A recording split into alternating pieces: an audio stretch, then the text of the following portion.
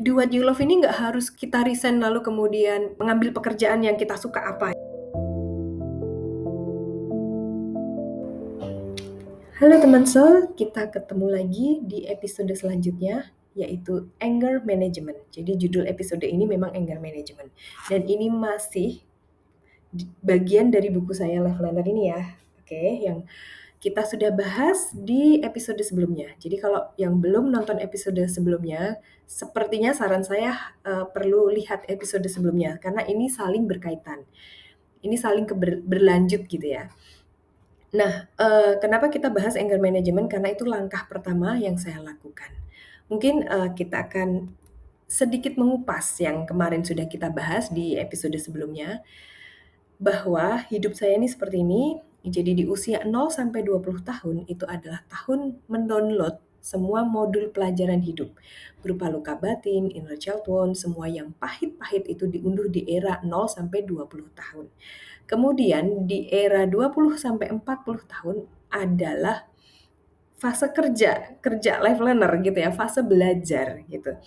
Belajar mengerjakan semua PR hidup. Makanya di sini fase kerja tuh maksudnya belajar mengerjakan semua PR hidup. Karena belajar itu adalah harus dikerjakan gitu. Jadi harus dipraktekkan, dikerjakan lagi, dipelajari, praktek lagi. Nah, jadi di sini adalah momen saya benar-benar belajar mati-matian gitu ya untuk mengerjakan, membersihkan semua PR hidup saya dari inner child wound, trauma, unfinished business, sisi gelap diri. Pokoknya yang pahit-pahit, yang remuk-remuk, yang blunder-blunder semua ini saya kerjakan di era itu.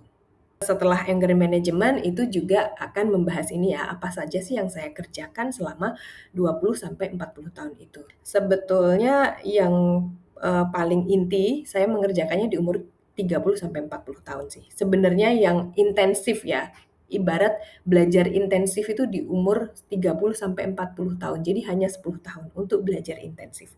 Yang sebelumnya masih pemanasan lah gitu ya.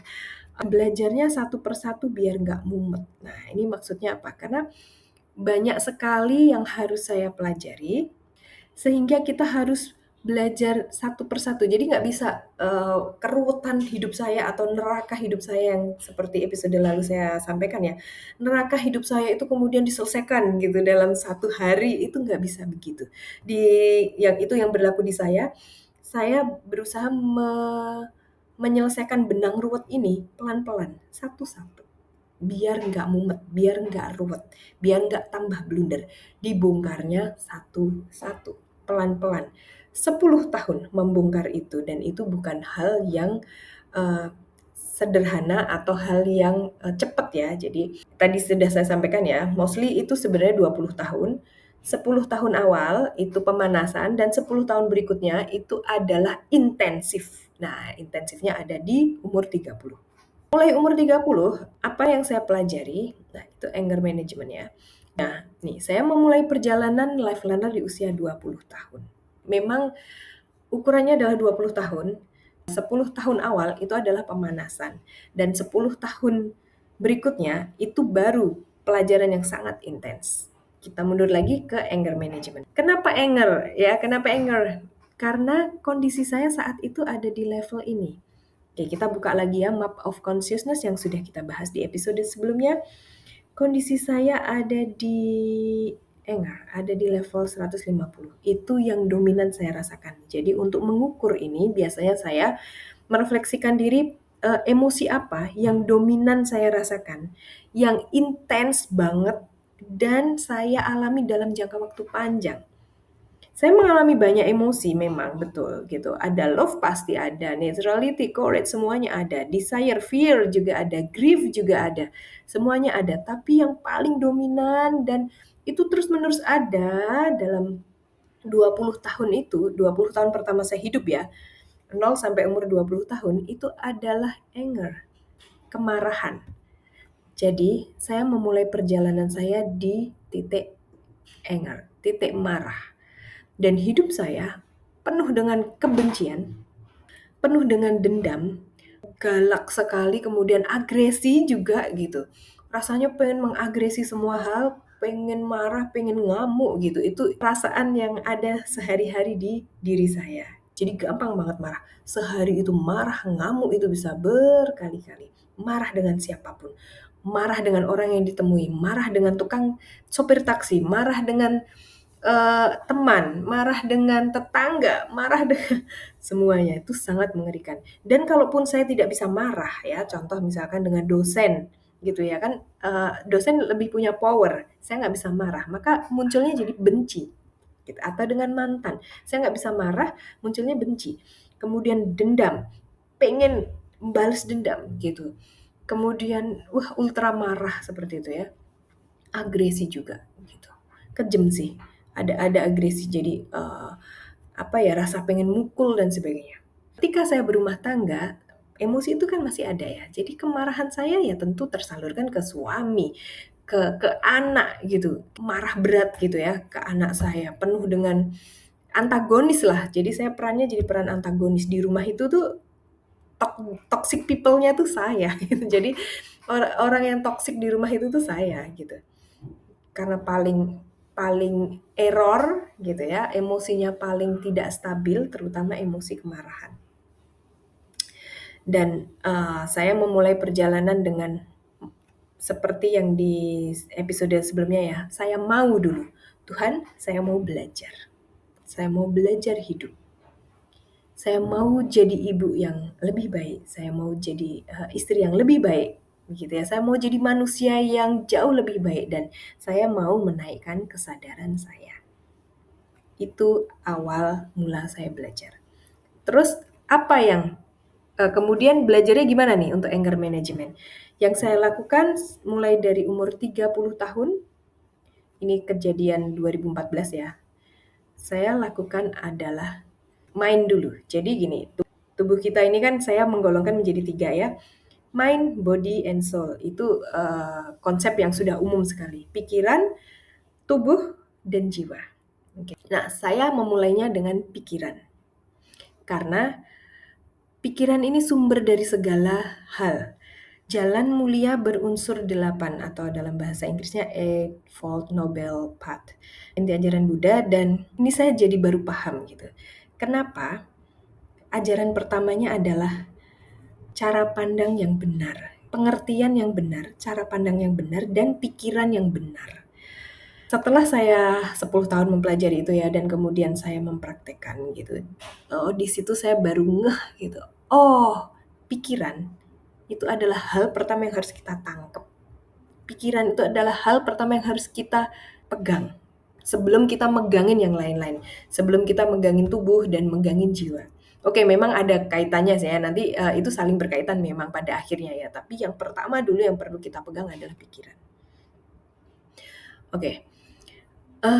Untuk itu, maka yang pertama saya lakukan pada saat itu adalah journaling. Karena pikiran itu penuh kemarahan, penuh dengan semua hal-hal yang negatif gitu kan. Jadi journaling itu mengeluarkan nih apa yang ada di kepala gitu kan. Jadi menulislah untuk menyembuhkan itu ternyata betul saya rasakan selama 10 tahun ini ya. Jadi saya tulis saja. Semua emosi negatif saya tulis, emosi positif saya tulis. Jadi memang kita membuat jurnal dari berbagai jurnal. Contoh, satu jurnal untuk khusus untuk mengeluarkan unek-unek gitu. Ada satu jurnal khusus untuk mengeluarkan negatif feeling, unek-unek, kemarahan, kebencian, mau dicoret-coret, mau dihajar-hajar gitu ya. Jadi ada satu jurnal yang jadi babak belur gitu. Tapi ada satu jurnal yang jadi reflektif.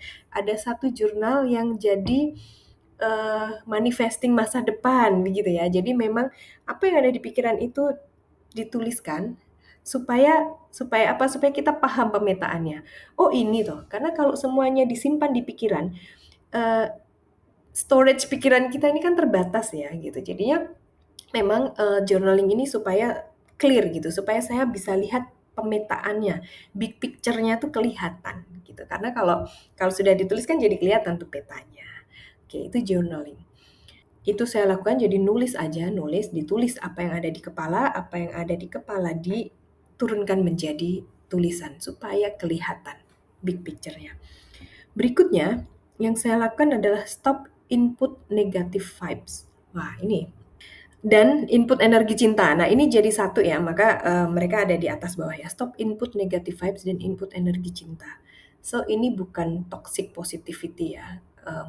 Harus merasa positif padahal perasaannya negatif gitu ya. Lalu kemudian jadi bertopeng. Ini saya tidak sedang membahas itu, tapi yang saya praktekkan adalah saya mulai men-setting pikiran kita. Jadi saya mulai menanam apa yang ada di kepala ini adalah tanaman-tanaman yang indah. Jadi saya stop input negative vibes. Sambil sekalian saya baca ya, ini karena ini ada di halaman di salah satu buku saya yaitu Stop Input Negative Vibes. Jadi pada saat itu saya stop mengkonsumsi informasi yang membuat saya turun ke kesadaran yang di bawah. Tadi ada ya, tampil kesadaran, oke, supaya ingat tampil kesadaran ini ya. Saya stop untuk mengkonsumsi informasi yang ada di bawah ini semua nih, yang berisi anger, terutama kemarahan ya, karena saya kan lagi bermasalah dengan kemarahan. Desire, fear, grief, apathy, pokoknya yang membuat saya terseret ke dalam kesadaran ke bawah gitu. Contoh, saya tidak menonton TV, film, sinetron, berita yang berisi konflik, kriminalitas, pertengkaran, kekacauan, maki-makian gitu. Jadi kalau ada pertengkaran, maki-makian, saya skip, saya nggak nonton itu. Saya lepasin. Kekerasan atau bahkan drama kesedihan gitu, kayak dramanya isinya kesedihan ditinggal kekasih atau ada yang meninggal gitu, lalu kemudian terhanyut ke dalam kesedihan mendalam. Itu saya stop dulu. Saya stop. Kenapa? Karena saya kan perlu menyuburkan pemikiran saya dengan hal-hal baik ya, dengan bunga ya. Saya mau menanam bunga di kepala saya. Jadi sementara itu perlu saya stop. Salah satunya juga pemilu. Oke, jadi mungkin kalau teman-teman politik ya, mungkin saya nggak spesifik ke pemilu ya, tapi politik. Jadi kalau teman-teman ingat ya, pertama kali heboh politik itu tahun 2014, itu pertama kalinya dan terakhir kalinya saya memantau, masuk, dan ikut pesta politik. Itu pertama kali dan terakhir kali. Setelah itu saya sudah nggak mau lagi untuk terlibat. Jadi kalau untuk mengetahui nggak masalah gitu ya. Artinya saya mengetahui kondisi dunia, kondisi negara, saya perlu mengetahui karena kebetulan saya juga suka trading juga kan. Jadi saya harus tahu kondisi ekonomi dan kondisi dunia, tapi tidak melekat gitu. Nah, kenapa saya begitu? Karena tahun 2014 tuh waktu itu saya sangat melekat dengan situasi itu. Jadi emosinya tuh kebawa banget. Bayangin dong pemilihan presiden, saya tuh sampai nggak bisa tidur, gelisah banget, takut gimana kalau presiden satunya yang kepilih gitu ya, bukan yang jagoan saya. Itu sampai nggak bisa tidur, sampai keringet dingin, sampai terkocok-kocok emosi dan kesehatan mental saya. Setelah pemilu itu selesai dan sudah di situ saya kemudian langsung berpikir, ambil posisi ya, sepertinya situasi politik itu bukan untuk saya. Mungkin bagi teman-teman itu nggak apa-apa, tapi saya sedang dalam program untuk membersihkan isi kepala saya, jadi setelah itu saya melepas terlibat dalam politik. Oke. Kemudian saya juga mengeliminasi situasi yang berpotensi memicu kemarahan. Ini bukan tentang berita-berita ya, bukan tentang nonton film sinetron enggak, tapi hal-hal yang bikin saya tuh gampang marah. Contoh, saya ini gampang marah kalau merasa gerah dan berkeringat gitu kan. Maka daripada saya naik angkot yang berpotensi bikin saya jengkel gitu, aduh gerah, aduh keringetan, aduh nggak enak banget sih, nah, maka saya memilih naik ojek motor misalkan gitu ya. Jadi pilihan-pilihan hidup saya mulai saya sortir, ini kalau saya kesini atau saya melakukan ini berpotensi gampang banget bikin nge-trigger marah saya nih gitu. Kalau gitu saya cari alternatif yang less trigger bagi saya untuk marah gitu. Nah, itu contohnya tadi. Kalau saya tahu saya gampang banget marah kalau saya berkeringat, berarti saya harus hati-hati dalam memilih situasi. Contoh, kalau kondisi udara panas berarti saya harus mungkin pakai baju yang lebih longgar gitu ya. Jadi dibuat aja, di mekanisme engineering gitu kan, sistemnya dibuat aja supaya less trigger bagi saya untuk marah, gitu. Atau saya menghindari tempat-tempat yang panas, saya menghindari pantai, misalkan. Saya tahu saya bakalan, kepanasan dan itu bikin saya jengkel, maka saya menghindari pantai. Ini contoh aja ya, tapi begitulah yang saya lakukan. Jadi, mmm, mechanical engineering itu, situasinya dibikin gimana supaya saya tidak gampang ke-trigger marah. Yang masih bisa saya ubah ya, situasi-situasi yang masih bisa saya ubah. Next adalah input energi cinta. Kenapa? Karena kan kita mau menuju energi yang lebih tinggi dan, cinta itu ada di atas kan. So, untuk itu, untuk merangkak naik, maka selain, eee, apa ya, selain sampah-sampah yang ada di kepala ini saya bersihkan, saya juga naruh hal-hal baik di kepala gitu. Saya juga mulai nanam bunga gitu kan. Jadi ibaratnya tadi tuh rumput ilalang itu saya udah cabutin, rumput ilalang saya buang, tanaman gulma itu saya buang, saya kemudian nanam bunga juga gitu. Saya input energi cinta. Jadi, yang pertama saya melakukan kontradiksi ya. Jadi kalau saya tidak nonton TV, sinetron, drama yang, apa, yang masuk ke dalam survival paradigma ini ya, yang, energi yang bawah lah gitu ya istilahnya. Nah, saya melakukan hal sebaliknya. Jadi saya menonton film-film atau buku-buku atau artikel dan cerita-cerita sederhana yang tentang bagaimana orang saling membantu satu sama lain gitu. Bagaimana orang-orang saling menguatkan, bagaimana orang mencintai tanpa syarat gitu. Jadi film-film yang mengharukan, mengharukan tuh artinya membuat kita jadi, habis nonton tuh jadi bahagia dan penuh cinta gitu. Jadi terinspirasi gitu, oh gitu ya, seseorang yang saling membantu gitu. Oh begitu ya, kebaikan satu memicu kebaikan lainnya gitu. Jadi yang saya tonton itu. Di medsos pun saya juga milih-milih nih, yang saya lihat-lihat, yang saya tonton tuh berita-berita kebaikan. Misalkan, contoh ya, orang kaya menolong, penjual gorengan di pinggir jalan gitu. Jadi kayak hal-hal yang membangkitkan rasa empati, simpati gitu. Hal-hal yang membuat saya terharu gitu dan, mengasah kebaikan hati saya gitu, itu yang saya tonton. Terus, di medsos juga mulai saya, kurasi ya, siapa-siapa yang saya follow di medsos, itu memang hanya yang memvibrasikan vibrasi baik. Akun-akun yang penuh kedamaian, akun-akun yang mengajarkan cinta, akun-akun yang, apa ya, memberikan insight gitu, memberikan insight, membuat saya menjadi lebih, positif lagi energinya. Saya kan perjalanan naik kereta juga ke kantor selama 1,5 jam. Nah, itu juga saya gunakan untuk input energi cinta. Contoh, buku-buku yang saya baca itu juga yang bertema kedamaian. Baca-baca buku yang bertema saling tolong-menolong, kayak gitu. Saling, apa ya istilahnya, rileks gitu, atau baca buku yang tentang, refleksi, hening, kayak gitu, itu yang saya baca. Atau, baca buku tentang meditasi, baca buku tentang dulu tuh saya penggemarnya ini nih, si Aja Bram ya, bukunya Si Cacing dan Kotoran Kesayangannya gitu. Jadi cerita-ceritanya tuh inspiratif dan membuat kita belajar, oh gitu ya harusnya hidup, oh gitu ya sebaiknya kita, menjadi orang yang lebih baik, kayak gitu. Oke, nah pergaulan juga saya batasi, jadi berinteraksi dengan orang-orang yang vibrasinya enak, yang vibrasinya baik, lembut, dan penuh kasih, yang bikin saya adem, nyaman gitu kalau bersama mereka.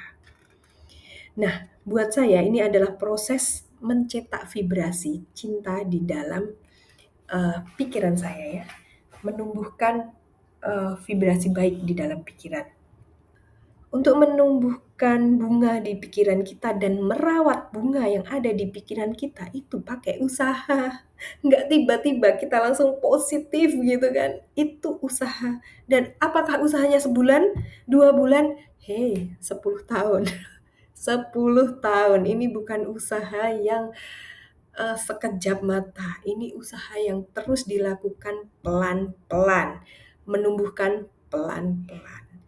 Sehingga tujuannya nggak hanya positive thinking aja, bukan hanya pikiran yang positif, tapi feeling yang positif.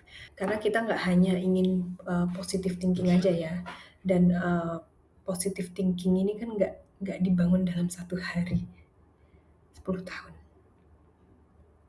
Nggak dalam sebulan, 2 bulan, 10 tahun. Dan positive thinking kemudian menghasilkan positive feelingnya. Yang saya tuju tidak hanya positive thinking aja, semacam kayak ini ya, misalkan kita nggak yakin nih, lalu kemudian kita mengafirmasi gitu. Aku cantik, aku mampu, aku bisa. Padahal di dalam dirinya rasanya adalah rasa tidak percaya diri, rasa tidak cantik gitu kan. Ya itu nggak bisa juga gitu. Jadi yang saya tuju dari kenapa sih harus harus me- apa istilahnya menyuburkan bunga di pikiran kita, karena ini tujuan saya positive feeling. Udah deh, kalau feelingnya udah positif, nggak ada yang bisa ngalahin. Contoh, aku merasa cantik dan merasa pede. Ya sudah, oke, aku dengan perasaan positifku. Nggak ada yang bisa ngalahin. Bahkan komentar-komentar negatif pun tidak akan bisa mengalahkan positive feeling. Itu yang waktu itu sedang saya bangun. Positive feeling.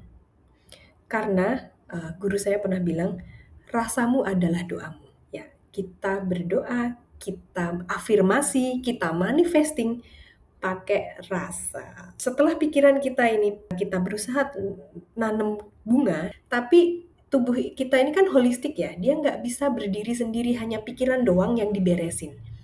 Nggak bisa. Tubuhnya juga harus ikut diberesin, ikut dengan pikirannya. Jadi holistik.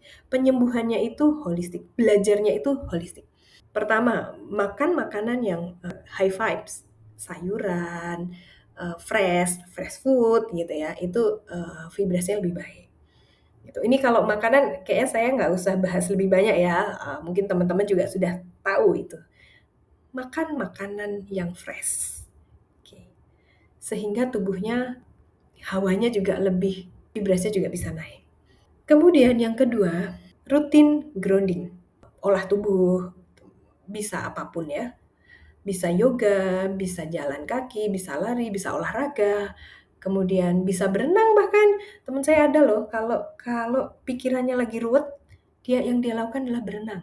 Berenang itu bagian dari healing kayak gitu. Kan berkaitan ya pikiran dan tubuh ya.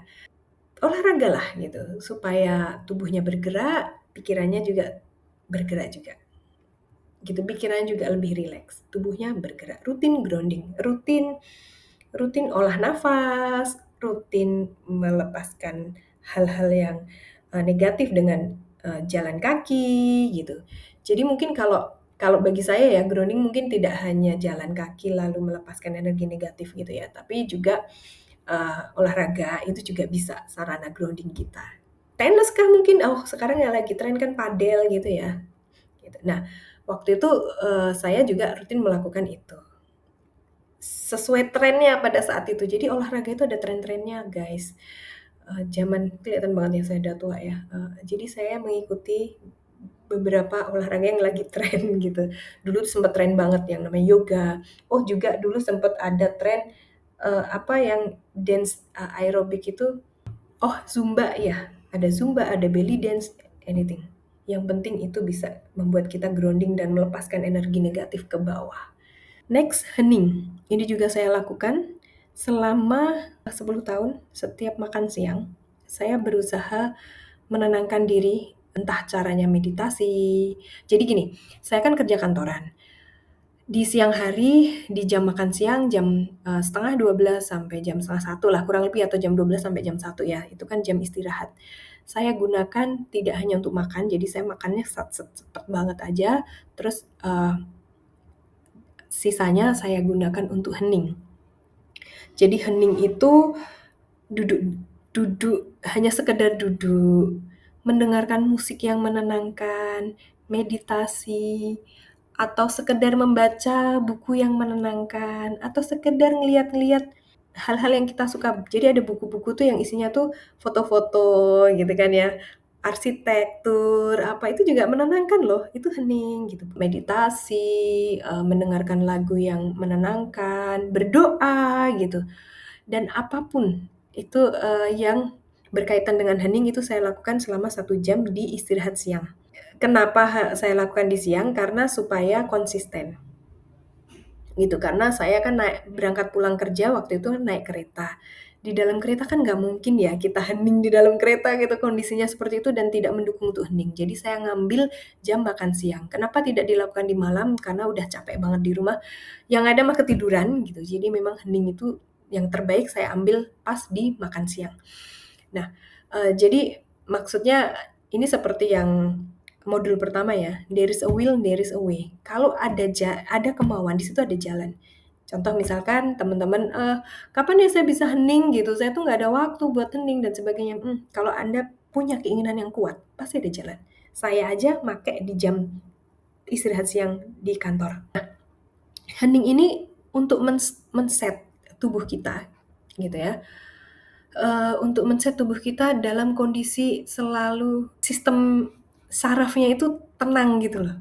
Karena kan saya marah ya, wah emosional dan sebagainya. Itu kan harus ditenangin dan menenangkannya tuh nggak 1 hari, 2 hari, guys. Saya sudah kasih tahu ya berapa lama saya melakukan ini. 10 tahun setiap hari, setiap siang. Hening. Kemudian ini juga dipadukan dengan energi yin. Jadi, masih berkaitan sama grounding ya, kebetulan olahraga yang saya atau kegiatan yang saya pilih adalah kegiatan-kegiatan berenergi yin. Contoh, saya memilih kegiatan menari klasik tradisional. Jadi energinya itu, tenang, energinya itu neng nong gitu kan, energinya itu tuh mengalir halus gitu. Saya ambil les menari tradisional. Kemudian energi yin lainnya adalah jalan kaki mungkin dan, kegiatan-kegiatan ya kegiatan yang ini yang, saya suka juga menyulam gitu. Bikin puzzle, nyusun puzzle itu saya juga suka gitu. Jadi, kegiatan yang membuat tension itu menjadi rileks.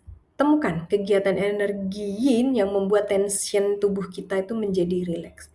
Dan ingat, lakukan rutin, sering, setiap hari, 10 tahun. Selama 10 tahun. Saya itu kan saya ya, 10 tahun itu saya. Tapi kalau teman-teman mungkin bisa lebih cepat daripada saya yang 10 tahun ini, gitu kan. Nah, reset your nervous system. Kita yang punya tubuh kita yang bisa men-setting diri kita. Kita mau setting diri kita tuh kayak apa? Mau setting diri kita pemarah, mau setting diri kita nggak sabaran, mau setting diri kita, penggerutu, mau setting diri kita, apa istilahnya ya, penuh dengan kesedihan, itu kan kita yang setting gitu. Dan aku men-setting nervous system-ku seperti ini. Bagian dari aku men-setting nervous system-ku supaya lebih tenang, lebih kalem, lebih rileks, lebih gitu ya, peaceful, intinya gitu. Dan itu kita yang bikin. Pikiran, tubuh, dan jiwa. Mind, body, and soul. Jiwa. Kalau pikirannya udah setiap hari positif, setiap hari kita input energi cinta, tubuhnya juga setting nervous systemnya udah relax gitu ya. Jiwanya dong, jiwanya do what you love. Ini simple. Do what makes you happy, do your hobbies. Okay, meet your favorite person, visit your favorite place, dan enjoy your me time. Oke, kalau dilihat dari tips-tips yang saya lakukan selama 10 tahun ini, mungkin kelihatan nyaman nggak sih? Do what you love itu nyaman banget. Jadi kalau misalkan, kita kerja kantoran nih Kak, gitu ya, kita kerja kantoran, kita harus harus, berhadapan dengan klien yang luar biasa menguras kesabaran dan sebagainya gitu. Kita nggak bisa resign gitu, ya nggak masalah gitu. Waktu itu saya juga nggak resign kok, bahkan saya juga nggak pernah resign gitu. Jadi do what you love ini nggak harus kita resign lalu kemudian mengambil pekerjaan yang kita suka apa gitu, nggak. Tapi ini keseimbangan. Jadi misalkan di jam-jam yang atau di weekend gitu, kita lakukan yang kita suka, atau pulang dari kantor, kita lakukan yang kita suka, do what you love. Waktu itu saya sukanya nulis, saya lakukan aja. Oh, foto, waktu itu saya juga hobinya fotografi. Saya cuti untuk hunting foto. Kan kita pasti dapat cuti ya, untuk hunting foto. Jadi ketika saya mempotret, ambil foto, itu rasanya tuh bahagia banget. Jiwa saya tuh rasanya kayak berterima kasih sama saya karena sudah melakukan hal yang membuat jiwa saya bahagia. Dan itulah cara-cara yang membuat jiwa kita bahagia. Lakukan apa yang kamu cintai. Kenapa? Karena jiwa kita haus akan cinta. Jadi kalau kita kasih jiwa kita cinta, jiwa kita akan sangat berterima kasih sudah dikasih cinta. So, lakukan yang kita cintai itu sangat lain dengan jiwa kita. Lakukan apa yang membuatmu happy. Sesederhana ngopi di tempat kekinian gitu. Aduh, saya paling happy kalau ngopi tempat kekinian. Ya, just do it gitu. Lakukan apa yang membuatmu happy. Saya sangat happy kalau nonton bioskop.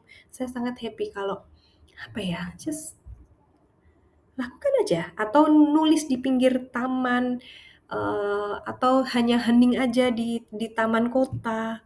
Lakukan yang bikin kamu happy. Oh, traveling, saya juga suka nyopir. Coba bayangin, nyopir aja, nyopir di tol gitu tuh suka banget, tapi tolnya yang sepi ya. Jadi ya udah, pagi-pagi jam 5 subuh keluarin mobil lalu nyopir di tol. Nggak ada arah, nggak masalah, kan itu bikin happy misalkan ya. Apapun yang do what makes you happy, dan jangan judge, don't judge your soul. Justru kita tuh sedang ngasih makan jiwa kita tuh dengan cinta, jadi jangan dijudge. Kemudian do your hobbies. Oke, itu bisa apa aja ya, yang tadi saya bilang ada merajut, ada olahraga, apapun yang bikin jiwamu spark, jiwamu happy. Meet your favorite person. Jumpa orang-orang yang membuatmu terinsight, orang-orang yang memberikan insight-insight baik buat dirimu, orang-orang yang membuatmu nyaman, membuat jiwamu nyaman. Datangi tempat favoritmu gitu ya. Ya mungkin tuh bikin happy liburan gitu. Kemana yang kamu suka, atau sekedar staycation aja gitu. Itu suka banget staycation. Me time juga. Me time itu adalah bagi saya ya, itu sarana saya dan jiwa saya ini pacaran gitu ya. Itu sarana saya dan jiwa saya ini saling menyayangi satu sama lain itu dengan cara me time. Karena dengan me time ini saya terkoneksi nih sama jiwa saya. Me time-nya ngapain? Gambar contoh, nulis contoh. Pada saat itu saya sedang terkoneksi dengan jiwa saya. Atau me time-nya berkarya. Saya lagi pengen bikin, waktu itu ya, buku gitu ya kan, atau saya lagi bikin foto-foto, fotografi, itu kan saya berkarya dengan me time saya gitu, whatever it is. Ini adalah hal-hal yang menjadi atau yang memberi makan jiwa kita, supaya jiwa kita menjadi sehat. Jiwa yang penuh cinta, dia akan menjadi jiwa yang, lebih sehat. Sekali lagi saya rangkum ya, do what you love, do what makes you happy, do your hobbies, meet your favorite person, visit your favorite place, dan me time. Dan ini bukan, saya nggak ngambil dari informasi dari yang lain ya. Ini adalah yang saya lakukan selama 10 tahun. Jadi ini bukan sesuatu yang saya comot, untuk memperkaya jiwa sepertinya harus begini teorinya. This is not theory, ini bukan teori ya guys. Ini adalah exactly apa yang saya lakukan selama 10 tahun. Dan itu nggak sebulan 2 bulan ya, 10 tahun. 10 tahun itu bukan hal yang sebentar. Dan itu kita harus melakukannya pelan-pelan. Do what you love, do what makes you happy. Dari 100% hidup kita, waktu kita, mungkin kita hanya do what you love awalnya hanya 5% aja. Sehari-hari waktu itu ya, saya naik kereta, kerja, pulang, naik kereta lagi, sampai rumah capek, saya cuma bisa nulis atau cuma bisa foto-foto, mungkin 5% dari hidup saya gitu. Tapi nggak apa-apa, terus saja dilakukan. Lama-lama servo itu berputar gitu kan. Lama-lama dari 5% jadi 10%, jadi 20%, dari 50% gitu ya. Sampai sampai akan tiba saatnya 100% dari hidup kita adalah apa yang kita cintai. Kalau udah sampai di situ, boom. Tapi saya nggak akan bahas itu ya, karena itu adalah era misi jiwa dan tidak untuk dibahas saat ini. Yang saat ini saya bahas adalah era life learner saya dan apa yang sudah saya lakukan selama 10 tahun. Ingat guys, 10 tahun. 10 tahun putar servo ini, diputar terus. Bagaimana kita memberi jiwa kita makan dengan cinta. Creating your new self. Kita yang create diri kita sendiri. Mind, pikiran, tubuh, dan jiwa. Kita yang create. Dengan apa? Dengan yang kita pilih. Kita create diri kita dengan tontonan yang kita pilih. Kita create diri kita dengan siapa kita berteman, gitu kan. Kita create diri kita dengan hobi apa yang kita lakukan, gitu kan. So, siapa sih yang bisa create diri kita? Ya, diri kita sendiri. Jangan pernah kasih creating diri kita ke orang lain. Enggak. Kita yang harus create diri kita sendiri. Jangan kita yang dibentuk orang lain. Kamu harusnya, gitu kan. Kamu tuh harusnya nonton ini loh. Kamu tuh harusnya ini, jangan dong. Kamu tuh harusnya melakukan ini loh yang baik dan benar. Enggak. Kita harus yang create diri kita sendiri ya, sesuai dengan jiwa kita. Itu cara kita memberi makan jiwa, atau itu cara kita berpacaran dengan jiwa kita gitu. So creating your new self, mind, body, and soul. Kita yang create diri kita. Create buat apa? Tuh, buat naikin kesadaran. Siapa yang bisa bikin kita naik kesadaran sampai di titik love, di titik joy, di titik peace? Siapa yang bisa naikin itu? Cuma diri kita. Yang pertama di rekaman pertama kan saya juga sudah bilang ya, there is no will, there is a way. Di mana ada kemauan, di situ ada jalan. Oke. Create yourself. Create your new self. Sampai ketemu di yang berikutnya, judulnya Unfinished Business. Terima kasih sudah menyimak.